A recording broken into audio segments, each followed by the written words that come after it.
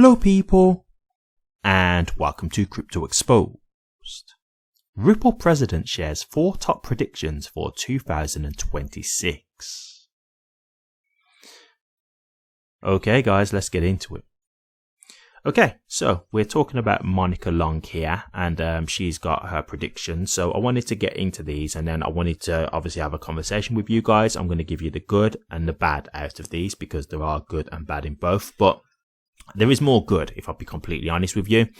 There's some things here that have been mentioned that we've kind of discussed on my channel before, but it's going to give you a bit more clarity in regards to that. So obviously I'll go through each point and then I'll give you my thoughts. So let's start off. The first prediction, and I think this is probably going to be the most telling and the most relevant, to be honest with you. Stablecoins to integrate into global payments. In her recent predictions, Long noted that she expects stablecoins to become a standard part of global payment systems. Major payment networks and financial platforms like Visa and Stripe already integrate stablecoins into existing processes, and she believes this trend will continue.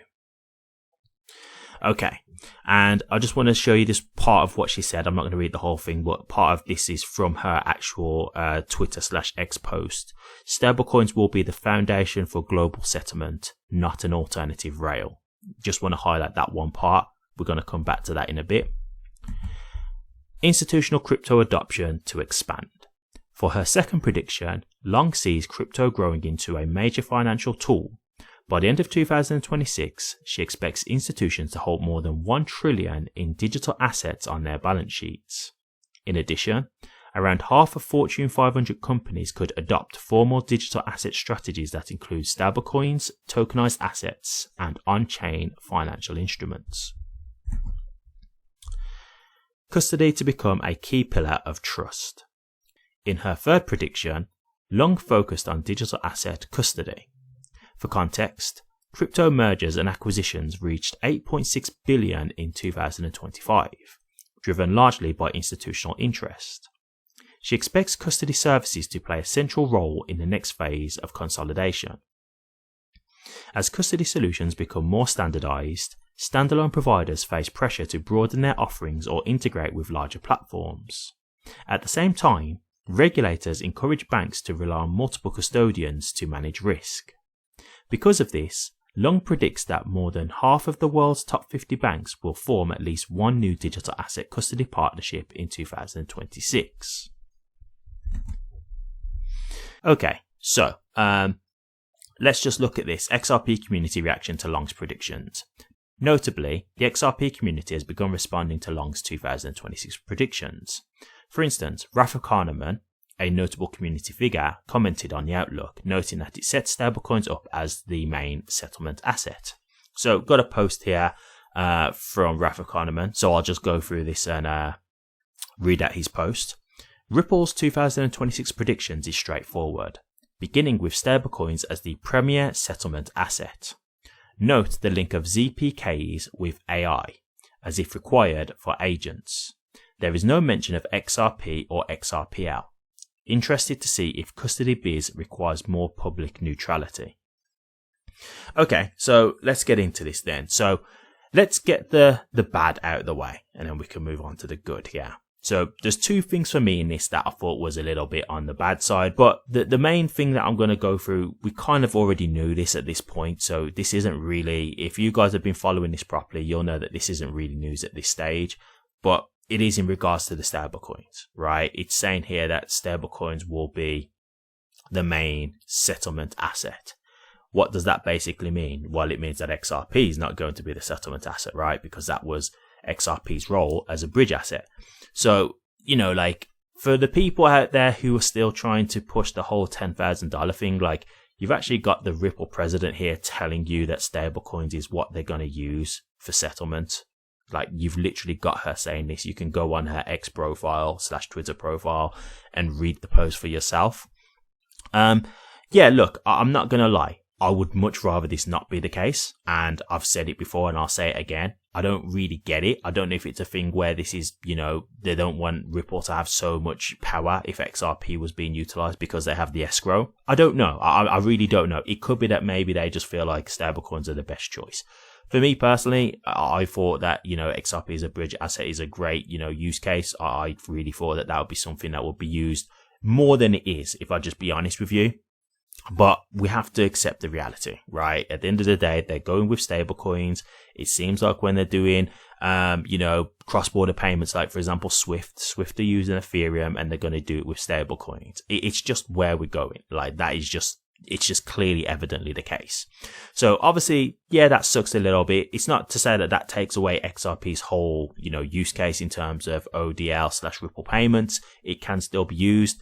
But if you're thinking about, all these banks waiting to use XRP, you've kind of got evidence here that that's not going to be the case, right? Like, I'm not saying it means that it's not going to be used by them at all. I think there will still be banks that will use it, and I still think there'll be businesses, etc., and people who will use it.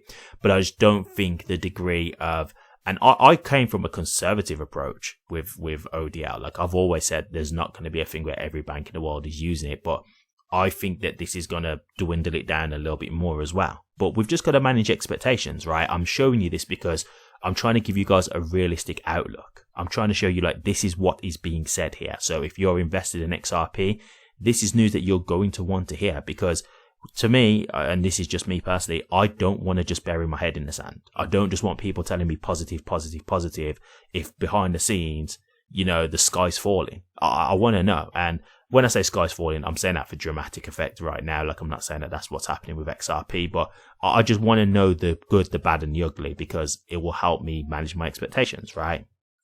So yeah, like, it's pretty clear that global settlement is going to be done via stablecoins. That just seems to be the case. As I say, this isn't the end for XRP. I don't think that means it's done and dusted now, not at all. There's other use cases first and foremost, and XRP can still be used for ODL and settlement in other areas, right? The other thing I will say is, obviously, you've got here the Ripple president making predictions, and as Raf Kahneman said, like, they never once mentioned XRP or the XRP ledger.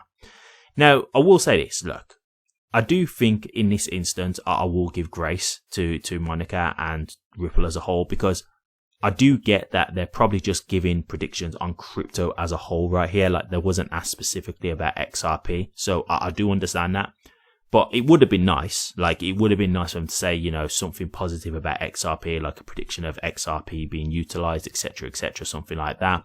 But at the same time, look, if they're thinking this is what we're talking about as a whole, then I think that's fair. Like, at the end of the day, they're trying to be probably like professional, not be like, oh yeah, we're just here to kind of like shill our own token, that kind of thing. They're probably thinking, they're just going to think if we say something about XRP that we're just trying to pump our bag, so to speak, and that kind of thing, because I've got the escrow. So maybe it's just a thing of, look, I'm just trying to be objective. So I'm not mentioning XRP because I don't want it to seem like we're being biased here and just trying to big up XRP. I'm trying to give you an honest version of what I think about crypto as a whole. Okay, so that's the kind of bad stuff out of the way. So let's get to the good then. Why do I think overall this was good? It's because what we're talking about here is crypto adoption. And what you've got to understand is XRP is a crypto token, right? So at the end of the day, if you're thinking about like the adoption that they're talking about here and the type of stuff that's going on, these are things where XRP will benefit, right? Because I've already said it to you guys numerous times. I believe XRP is going to be one of the long-term winners within crypto. I think at the end of the day, XRP is going to continue to grow, continue to expand, and continue to be valuable. That's my opinion. That's just my opinion and my perspective, but I think it will.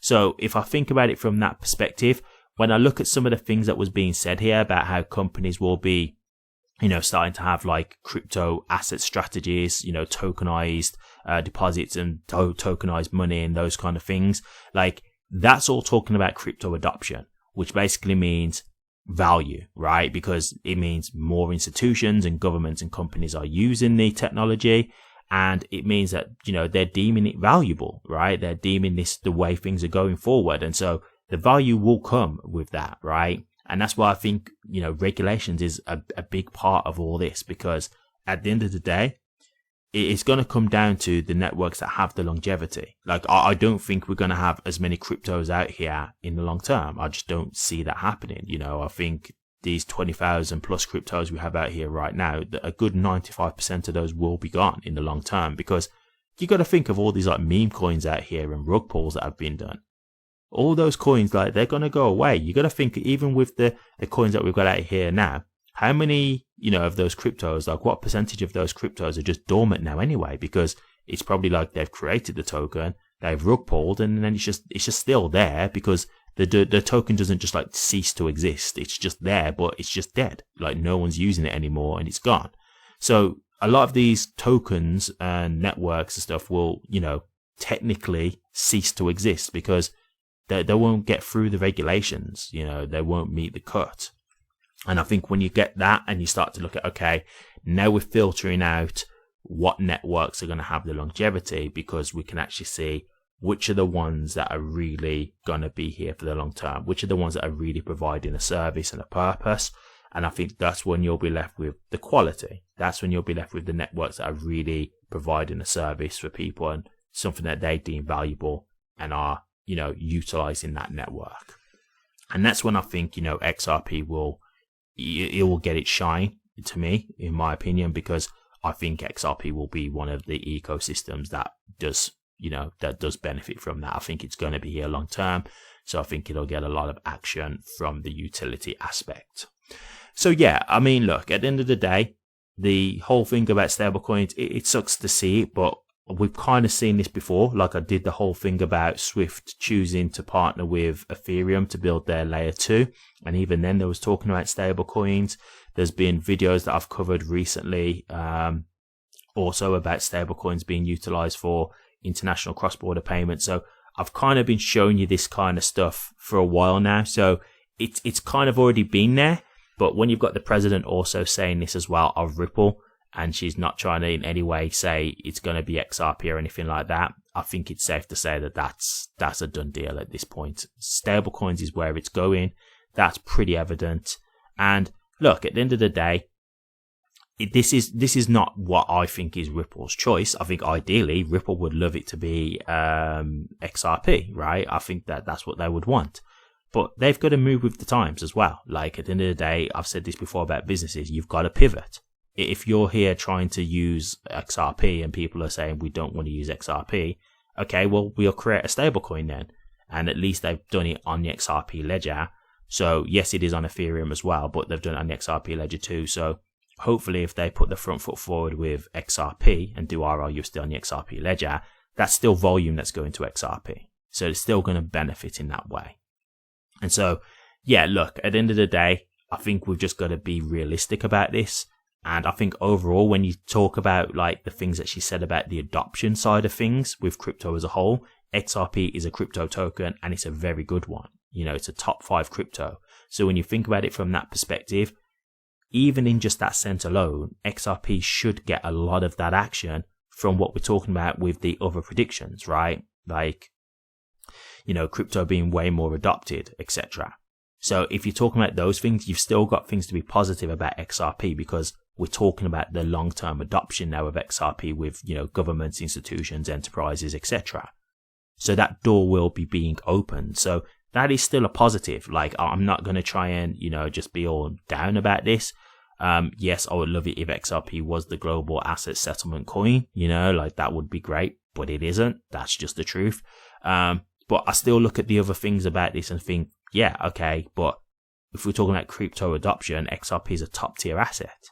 So in that sense, it should get, a good amount of action just from that alone, because we can see people tokenizing on it. We can see people utilizing the network. We can see how big of a community it has. We can see how liquid it is. So, we've got all those things to show there's still a lot to be optimistic about. So, as Rafa Kahneman said, interested to see if the custody piece requires more public neutrality. Yeah, so is that part of the reason why XRP wasn't mentioned? Is that another thing about it? This is things that we really don't know, right, for sure. I'm sure Ripple are going to be fighting to get XRP adopted in different ways because it's going to affect their bottom line. If they can get XRP heavily adopted, they hold the escrow. They're going to have a lot to benefit from that, the most. So obviously it would make sense for them to still keep fighting for that. But, obviously they've got to go with where the crowd are going. And if the crowd are going with stablecoins, then yeah, they've got to go with stablecoins. Like that just makes sense. I understand that. So yeah, I think it's interesting. And as I say, overall, I think there's more to be positive about than negative, in my opinion. But yeah, I hope this has helped just to give you some realistic outlooks of the way things are, where things are looking and going. And yeah, let me know your thoughts. Thank you very much for watching this. Please remember to like, comment, and subscribe.